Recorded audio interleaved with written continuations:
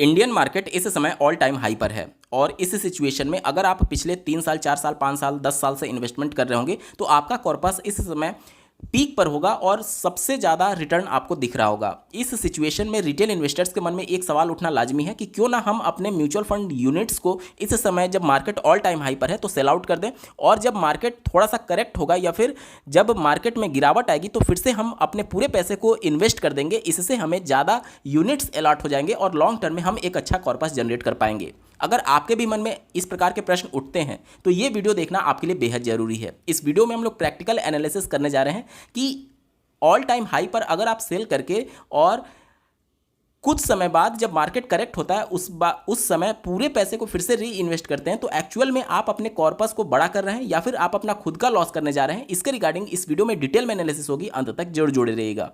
नमस्कार दोस्तों, मेरा नाम है नीरज, आप देख रहे हैं फिनोबिट यूट्यूब चैनल। अगर आप इस चैनल पर पहली बार विजिट कर रहे हैं तो इसको सब्सक्राइब करते हुए बेल आइकन को प्रेस करना ना भूलें। अगर आप म्यूचुअल फंड में इन्वेस्टमेंट करते हैं तो flexi cap, large cap, mid cap या फिर स्मॉल कैप, इसमें आपका इन्वेस्टमेंट हो सकता है। और इन्हीं चारों कैटेगरी में से एक एक फंड का उदाहरण लेकर के मैं आपको प्रैक्टिकली समझाने की कोशिश करूंगा। और यहाँ पर मैं बता दूं कि जो भी फंड मैं पिक किया हूं या फिर जो भी फंड आप अपने स्क्रीन पर देखेंगे वो सिर्फ और सिर्फ रैंडमली पिक किया गया है। कोई भी यहाँ पर इन्वेस्टमेंट के लिए सजेशन नहीं है, ये सिर्फ और सिर्फ एजुकेशन पर्पज के लिए वीडियो बनाई जा रही है। तो किसी भी म्यूचुअल फंड में इन्वेस्ट करने से पहले आप प्रॉपर सर्च जरूर कर लीजिएगा, ठीक है। चलिए दोस्तों, म्यूचुअल फंड में आप दो तरीके से इन्वेस्टमेंट करते हैं, या तो वन टाइम या तो एसआईपी के थ्रू। अब एसआईपी का प्रत्येक इंस्टॉलमेंट जो होता है वो वन टाइम इन्वेस्टमेंट की तरह ही माना जाता है। तो एसआईपी के मामले में कैलकुलेशन थोड़ा सा कॉम्प्लिकेटेड हो जाएगा और चीज़ें आपको समझने में थोड़ी सी उलझन हो सकती है, इसलिए हम लोग वन टाइम इन्वेस्टमेंट के बेस पर ये कैलकुलेशन करने जा रहे हैं। यहाँ पर मैं मान करके चल रहा हूँ कि एक म्यूचुअल फंड इन्वेस्टर है जो कि आज जब मार्केट ऑल टाइम हाई है तो यहाँ पर वो अपने पैसे को रिडीम करना चाहता है। और आज से 3 साल पहले, आज का जो डेट है उसे 3 साल पहले जब मार्केट में उसने एंटर किया था, मैं ये मान करके चल रहा हूँ कि 3 साल पुराना इनका इन्वेस्टमेंट है और आज ऑल टाइम हाई पर वो बेचना चाहता है, तो फिर से इतने रेट पर एंटर करने के लिए उसको कितने समय का इंतजार करना पड़ेगा या फिर मार्केट कितना क्रैश होना चाहिए ताकि वह अपने कॉर्पस को उतना बड़ा कर पाए। तो यहाँ पर आज के डेट का अगर मैं एनएवी देखूँ तो आप लास्ट एनएवी देख पा रहे होंगे। देखिए 29 जुलाई का लास्ट एनएवी है 84 रुपया 23 पैसा। मैं यहाँ पर लिख देता हूँ 29 जुलाई 24 का 84 रुपया और 29 पैसा, ठीक है। इसके बाद से आज से ठीक 3 साल पहले मैं चलता हूँ, यानी 29 जुलाई 2021 का डेटा हम लोग देखते हैं। आप स्क्रीन पर देखिएगा 29 जुलाई 2021।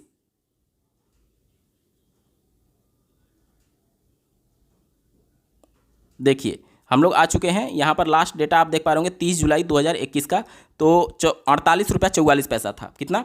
48 रुपया 44 पैसा, ठीक है।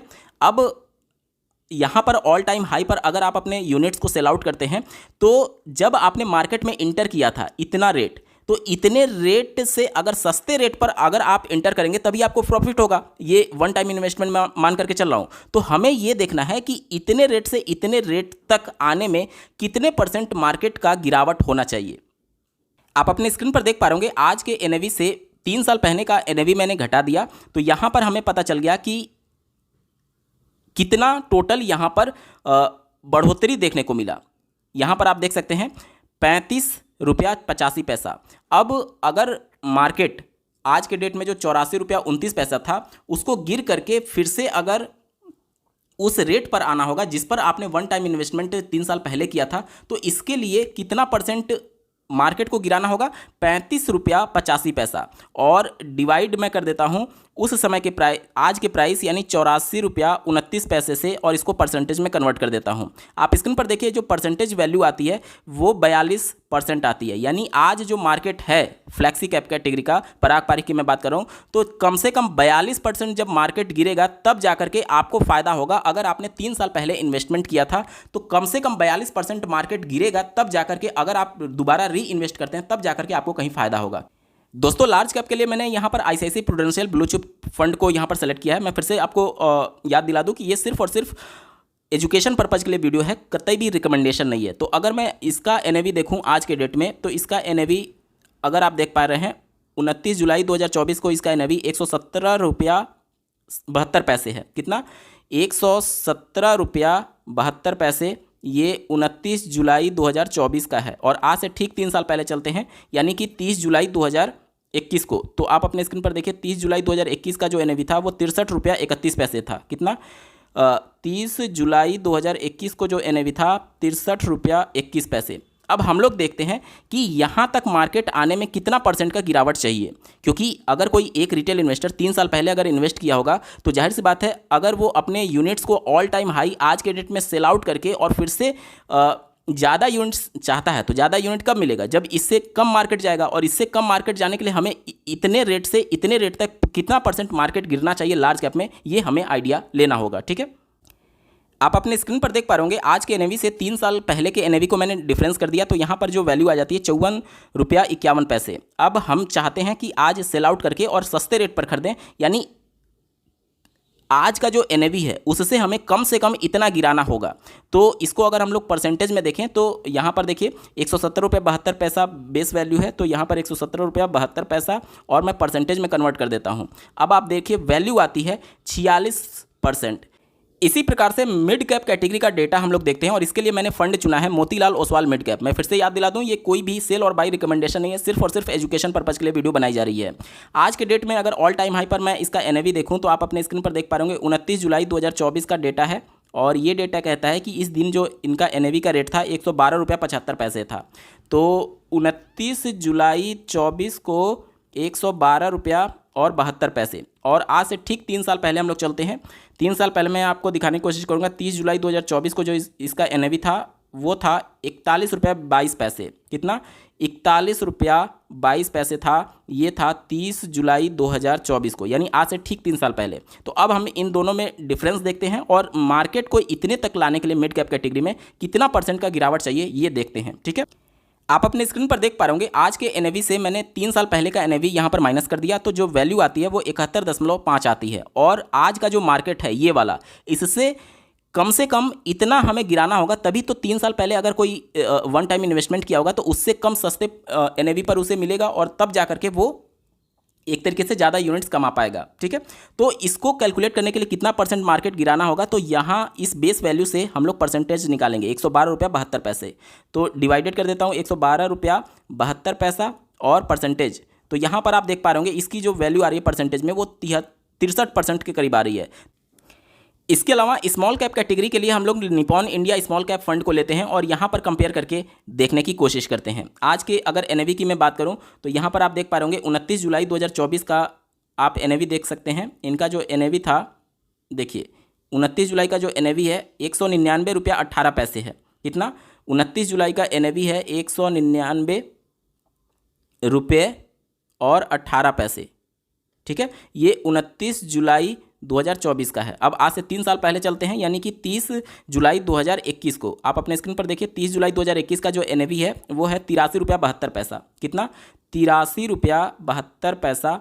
ये 30 जून का है, 30 जुलाई 2021 का है, यानी आज से 3 साल पहले। तो अब देखते हैं कि अगर आपको ज़्यादा यूनिट्स चाहिए तो इस रेट से कम रेट पर आपको खरीदना होगा, यानी मार्केट जब इतने रेट पर है और इससे इतने में लाने में कितना परसेंट का गिरावट होगा स्मॉल कैप कैटेगरी में, वो देख लेते हैं। ठीक है, आप अपने स्क्रीन पर देख पा रहे होंगे आज के एनएवी से 3 साल पहले का एनएवी मैंने डिफरेंस कर दिया, तो यहाँ पर जो वैल्यू आती है 115 रुपया 46 पैसा और आज के एनएवी के बेस रेट पर कितना परसेंट मार्केट गिराना होगा हमें ज़्यादा यूनिट्स लेने के लिए कम रेट पर, तो इसको इस बेस वैल्यू पर हमें परसेंटेज निकालना होगा 199 रुपया 18 पैसे। ठीक है, तो इससे मैं डिवाइड कर देता हूँ 199 रुपया और 18 पैसे और परसेंटेज में कन्वर्ट कर देता हूँ। तो आप अपने स्क्रीन पर देख पा रहे होंगे परसेंटेज में कितना गिरावट चाहिए, 57 करीब 58% के आसपास। तो क्या स्मॉल कैप आज के डेट से 58% मार्केट गिर पाएगा? नेक्स्ट टू इम्पॉसिबल है।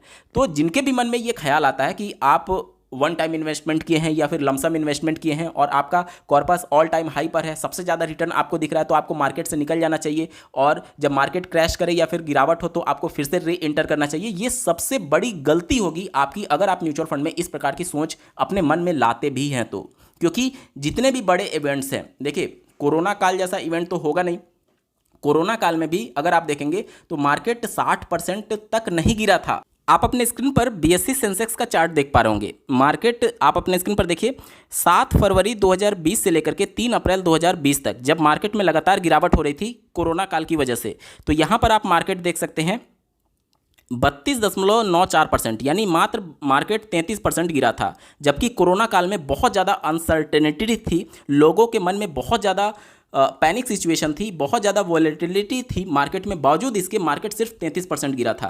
तो आज आप जब इस प्रकार की कोई भी सिचुएशन नहीं है, क्या आप मार्केट से उम्मीद करते हैं कि मार्केट 50% 60% नीचे गिरेगा? कभी पॉसिबल ही नहीं है। तो जो भी अगर आपको कोई सजेशन दे रहा है या फिर आपके मन में सलाह खुद से इस प्रकार के विचार आ रहे हैं, तो इन सभी विचार और सलाह पर कतई भी भूल कर भी आप कभी भी विचार मत करिएगा, अन्यथा आप अपना लॉन्ग टर्म में बहुत बड़ा नुकसान कर लेंगे। ये तो चूंकि मैंने आपको प्रैक्टिकली सब कुछ समझाया, अब एक बार हम लोग इसको और अच्छे से समझने के लिए थोड़ा सा और कुछ टेक्निकल पॉइंट्स पर बात कर लेते हैं।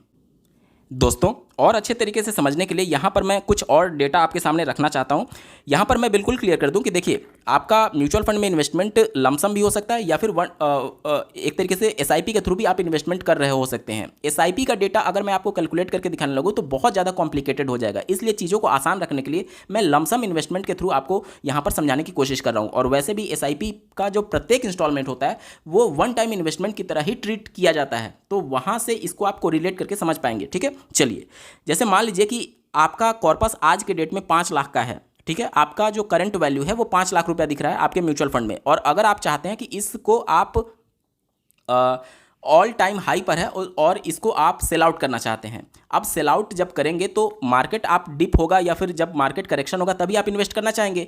तो मार्केट किधर मूव करेगा ये किसी को नहीं पता होता, आप मार्केट को टाइम कर ही नहीं सकते। अब मान लीजिए आज के डेट में ऑल टाइम हाई पर आपने बेचा, मार्केट लगातार ऊपर चलता गया और आने वाले 1 साल 2 साल मार्केट लगातार रैली देता गया, तो उस कंडीशन में आपको इन्वेस्ट करने के लिए जो पैसा आप निकाले होंगे ऑल टाइम हाई पर, आपको टाइम ही नहीं मिलेगा। और आप ऑल टाइम जब लगातार बढ़ता रहेगा मार्केट तो आप इन्वेस्ट भी नहीं करना चाहेंगे और आपके मन में बहुत रिग्रेट होगा, बहुत पछतावा होगा इस बात को लेकर के कि मैं मार्केट से निकला क्यों।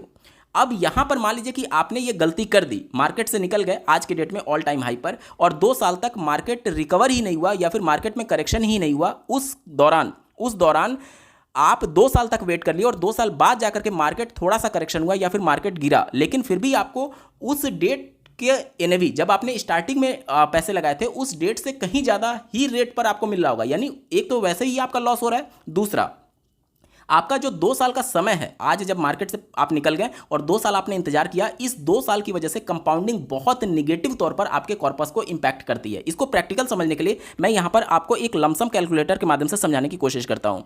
जैसे मान लीजिए आज अगर आपका जो कॉर्पस है वो 5 लाख का है और एक्सपेक्टेड रेट ऑफ रिटर्न हम 15% मानते हैं और मान करके चलते हैं कि आपका जो इन्वेस्टमेंट है वो 10 साल के लिए है, तो टोटल जो आपका कॉर्पस जनरेट होना चाहिए इस रेट के हिसाब से आप अपने स्क्रीन पर देख पा रहे होंगे। एस्टिमेटेड रिटर्न आपको 15,22,000 के आसपास और टोटल जो कॉर्पस हो जाएगा वो 20,22,000 के आसपास हो जाएगा। अब यहाँ पर हम लोग ये एज्यूम करते हैं कि आज आपने अपने जो टोटल म्यूचुअल फंड्स हैं उसको सेल आउट कर दिया और 2 साल तक मार्केट में गिरावट नहीं हुआ, जिसकी वजह से आपने 2 साल तक इन्वेस्ट ही नहीं किया। तो अभी जो हम टाइम पीरियड लेकर के चल रहे हैं 10 लाख का, माफ़ कीजिएगा 10 ईयर का, इसे हम लोग 2 साल घटा देते हैं, यानी 8 ईयर मान करके चलते हैं। 8 ईयर क्यों मान रहा हूँ? क्योंकि 2 साल मार्केट गिरावट नहीं है, 2 साल आपने इन्वेस्ट ही नहीं किया, उसके बाद जाकर के 2 साल बाद जाकर के आप मार्केट में एंटर कर रहे होते हैं। ठीक है, अब आप अपने स्क्रीन पर देखिए आज के डेट में जो टोटल मेरी वैल्यू थी कॉर्पस की उसे मैंने सेल आउट करके निकल गया मैं। ठीक है, और 2 साल मैंने यहाँ पर कम कर दिया। क्यों कम कर दिया? क्योंकि 2 साल मैंने पैसे इन्वेस्ट ही नहीं किए और गोल मेरा 10 साल बाद का था। अगर मैं पैसे नहीं निकालता तो 10 साल लगातार ये कंटिन्यू मेरा पैसा इन्वेस्ट रहता, लेकिन 2 साल मैंने पैसे निकाल लिए तो मेरा इन्वेस्टमेंट हॉराइजन जो है वो 10 साल से घट करके 8 साल हो गया, क्योंकि मेरा गोल 10 साल बाद का था। ठीक है, यहाँ तक क्लियर हो गया। और 2 साल मैंने इन्वेस्ट ही नहीं किया, इस वजह से मैंने 2 साल यहाँ पर घटा दिया। अब उस समय जब मान लीजिए मैंने अपने इन्वेस्टमेंट को कंटिन्यू रखा रहता तो उस समय हमें 15% का रिटर्न मिल रहा था। अब मान लीजिए कि मार्केट गिर गया और आप गिरे हुए मार्केट पर 17% यानी ब्याज बढ़ाकर भी अगर हम लोग कंसीडर करें, फिर भी आप अपने स्क्रीन पर देखिए कैलकुलेशन देख करके आप आश्चर्यचकित हो जाएंगे। आप नीचे देखिए कैलकुलेशन, आपका इन्वेस्टमेंट जो था 5 लाख का, आपका जो टोटल रिटर्न बना वो 12,55,000 का और जो टोटल वैल्यू बना वो 17,55,000, जबकि वहां पर आप कितना बना पा रहे थे? 22 लाख बना पा रहे थे। यानी सीधे सीधे आपको 5 लाख का लॉस हो रहा है, जबकि आपको रिटर्न यहां पर ज़्यादा देखने को मिल रहा है। देखिए, इससे अब आपको समझ में आएगा कि रिटर्न जो एक्सपेक्टेड रेट ऑफ रिटर्न होता है, जो इंटरेस्ट रेट होता है, वही केवल मायने नहीं रखता है। कंपाउंडिंग में जो आपका टाइम होराइजन है वो सबसे ज़्यादा मायने रखता है। आप कम पैसे लगा करके ज़्यादा रिटर्न कमा पाएंगे अगर आप अपने पैसे को लंबे समय तक म्यूचुअल फंड में होल्ड रखते हैं। तो यहाँ से अगर आपके भी मन में इस प्रकार का विचार आ रहा है तो वो मन से निकाल दीजिए, क्योंकि इस प्रकार की अगर कोई भी डिसीजन आप लेते हैं आपको लॉन्ग टर्म में बहुत बड़ा लॉस देखने को मिलेगा। और यहाँ पर मैंने एग्जांपल सिर्फ 5 लाख का लेकर के दिखाया है। सोचिए अगर आपका 1 करोड़ का कॉर्पस होता तो उस दौरान आपको कितने का लॉस हो रहा होता। सिर्फ 5 लाख पर आपको 5 लाख का लॉस हो जा रहा है। तो अगर आपका कॉर्पस बड़ा होगा तो लॉस उतना ही आपका मल्टीप्लाई होता चला जाएगा। अब आपके मन में सवाल आएगा कि जब मार्केट ऑल टाइम हाई है तो क्या हम कुछ ना करें? बिल्कुल नहीं, आपको शांत भी नहीं बैठना है। ऑल टाइम हाई का आपको फ़ायदा जरूर उठाना है, लेकिन उन इन्वेस्टर्स को उठाना है जिनका कॉर्पस थोड़ा बड़ा हो गया है और जिनका एक फाइनेंशियल ईयर में अगर आपका टोटल जो रिटर्न है वो 1.25 लाख से बड़ा हो चुका है तो आपको टैक्स हार्वेस्टिंग का लाभ लेना चाहिए। टैक्स हार्वेस्टिंग के तहत आप अपने टैक्स लाइबिलिटी को जीरो कर सकते हैं। ठीक है, टैक्स लाइबिलिटी को जीरो कर सकते हैं। अब टैक्स हार्वेस्टिंग क्या होता है? तो जैसा कि आपको ज्ञात होगा यूनियन बजट 2024-25 में आपको ज्ञात होगा जो शॉर्ट टर्म कैपिटल गेन है उसको पहले जो 15% था उसको बढ़ा करके 20% कर दिया गया है, और लॉन्ग टर्म कैपिटल गेन जो होता है उसको बढ़ा करके 12.5% कर दिया गया है। पहले ये 10% हुआ करता था। तो अगर आपका 3 साल पुराना इन्वेस्टमेंट है और अगर आपका जो रिटर्न है वो इतने से ज़्यादा दिख रहा है तो आपको करना ये चाहिए कि आप अपना यहाँ से ऑल टाइम हाई पर मार्केट से एग्जिट कर सकते हैं और सेम डे पर आपको एंट्री लेनी होगी, तभी आपको कंपाउंडिंग का लाभ मिलेगा। अब ये कैसे होगा, ध्यान से समझिएगा। मान लीजिए आपका 5 लाख का कॉर्पस है, इसमें से हो सकता है कि आपका 3 लाख इन्वेस्टमेंट हो और 2 लाख आपका रिटर्न हो। तो चूंकि हमें 1.25 लाख तक ही रिबेट मिलेगा टैक्स में, तो हम अपने कैलकुलेशन को इस प्रकार से करेंगे कि रिटर्न में से हम केवल 1.25 लाख ही यहाँ पर निकालें। वो आप जिस भी प्लेटफॉर्म का यूज करते होंगे वहाँ से कैलकुलेशन करके आप बड़े आसानी से कर सकते हैं। ठीक है, अब ऐसा नहीं है कि 1.25 लाख ही आप करें, 1,10,000, 1,20,000, मतलब कि आप इस प्रकार से कैलकुलेशन रखेंगे कि इसके लिमिट के अंदर ही होना चाहिए। अब इससे जब आप पैसे को रिडीम करेंगे, मान लीजिए कि आज 1 अगस्त 2024 को मान लीजिए आपने रिडीम किया, तो 1 अगस्त 2024 का ही आपको एनएवी मिलना चाहिए, तभी आपको उतना ही यूनिट्स मिलेगा। जैसे मान लीजिए कि किसी म्यूचुअल फंड में आपने इन्वेस्ट किया था और उस म्यूचुअल फंड के आपके 1000 यूनिट हैं।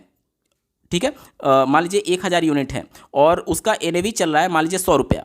तो आज अगर 1 अगस्त को, ये एजम्पशन मैं कर रहा हूँ, रियल डेटा नहीं है, एजम्पशन मैं सिर्फ कर रहा हूँ। तो मान लीजिए कि अगर आप अपने यूनिट्स को सेल आउट करते हैं तो आपको कितने पैसे मिलेंगे? आपको मिलेंगे 1 लाख रुपया मिल जाएगा। अब आपके पास 1 लाख की वैल्यू पहले से आपके पास होनी चाहिए बैंक में। आपका जो इमरजेंसी फंड होता है या फिर मेडिकल फंड होता है उसका यूज कर सकते हैं। तो आपने 1 अगस्त 2024 को मार्केट से एग्जिट लेने के लिए रिक्वेस्ट डाला अपने प्लेटफॉर्म से, जिस भी प्लेटफॉर्म का आप यूज करते हुए म्यूचुअल फंड में इन्वेस्टमेंट करते होंगे, और 1 अगस्त 2024 को जो थ्रेशोल्ड टाइमिंग होती है सेबी के गाइडलाइन के अनुसार, उससे पहले ही आपको 1 लाख रुपया उसी म्यूचुअल फंड में इन्वेस्ट करने के लिए भी रिक्वेस्ट डालना होगा। इससे फायदा क्या होगा कि 100 एनएवी के रेट पर हम मार्केट से एंट्री ले रहे हैं तो हमें 1 लाख रुपया मिल रहा है, और 100 एनएवी, क्योंकि उस दिन का एनएवी जब आप मार्केट से एंट्री लेंगे और मार्केट से एग्जिट लेंगे सेम होगा, तो उस दौरान जितना यूनिट्स आपका पहले था उतना ही यूनिट्स आपको अलॉट हो जाएगा और इससे आपकी कंपाउंडिंग जो है वो इफेक्ट नहीं करेगी। अब सोशल मीडिया पर या फिर यूट्यूब पर बहुत सारे ऐसे वीडियोज हैं जब आपको सलाह दी जाती है कि आप रिडेम्पशन ऑर्डर डालिए और 2-3 दिन 4 दिन में जब आपके पैसे आ जाएंगे उस दिन आप मार्केट में एंट्री ले लीजिएगा। नहीं, ऐसा नहीं करना है। ऐसा करने से आप अपना लॉस कर सकते हैं, बेनिफिट भी हो सकता है और लॉस भी हो सकता है। पूरी तरीके से ये भविष्य के गर्त में रहता है। कैसे? मान लीजिए आपने 1 अगस्त 2024 को रिडेम्पशन का ऑर्डर डाला और इस दिन मान लीजिए एनएवी का रेट 100 रुपये है, और 3 दिन बाद जब आपके बैंक अकाउंट में पैसा आया और तब आप इन्वेस्ट करने जाएंगे, हो सकता है उस दिन एनएवी का रेट 110 रुपया हो जाएगा। तो आपको जो यूनिट पहले मिला था 1000, वो कम यूनिट मिलेगा और इससे आपकी कंपाउंडिंग क्या होगी? इफेक्ट करेगी। तो इसलिए जब भी आप टैक्स लाइबिलिटी को जीरो करने के लिए या फिर टैक्स हार्वेस्टिंग का यूज करने के लिए रिडीम करते हैं तो सेम डे ही आपको परचेज करना होगा, और जितना फंड आप रिडीम कर रहे हैं उतना फंड आप पहले से कहीं से अरेंज करिए। आपका मेडिकल फंड हो सकता है या फिर इमरजेंसी फंड हो सकता है, उसका आप यूज कर सकते हैं। क्योंकि उतना फंड आपको जब रिडेम्पशन का ऑर्डर 3-4 दिन में सर्व होगा तो वो आपके पास आ जाएगा, तो वो आप इमरजेंसी फंड या फिर आप अपने मेडिकल फंड के लिए रिजर्व फिर से रख सकते हैं। तो इससे फायदा ये होगा कि आपको सेम यूनिट मिल जाएगी और इससे आपका कंपाउंडिंग इफेक्ट नहीं करता है। तो दोस्तों इस तरीके से ऑल टाइम हाई जब मार्केट है, जब share market, stock market all time high पर है, तो इसका लाभ आप टैक्स हार्वेस्टिंग के लिए करिए, लेकिन मार्केट से निकल करके। और आप अगर ये सोचे कि जब मार्केट में गिरावट होगी तब हम पैसे फिर से इन्वेस्ट करने देंगे, वो पॉसिबल ही नहीं है। मार्केट आज से 3 साल पहले जिस लेवल पर था उस लेवल पर आना नेक्स्ट टू इम्पॉसिबल है, क्योंकि मार्केट, इंडिया की इकोनॉमी जो है वो ग्रोइंग इकोनॉमी है, और इस कंडीशन में मार्केट भले ही धीरे धीरे वोलेटाइल होते हुए ऊपर नीचे करके आगे बढ़ेगा, लेकिन लॉन्ग टर्म में ये ऊपर ही जाएगा। ऐसा नहीं होगा कि 3 साल पहले वाला जो डेटा था वो फिर से रिपीट हो जाए, उसके लिए बहुत बड़ा इवेंट चाहिए। कोरोना काल में भी आपने देखा 33% ही मार्केट गिरा था, और आज से 3 साल पहले जिस रेट पर आपने इन्वेस्ट किया था, क्या आप सोच रहे हैं कि उतने रेट पर मार्केट गिर जाएगा? 50%, 60%? नेक्स्ट टू इम्पॉसिबल है।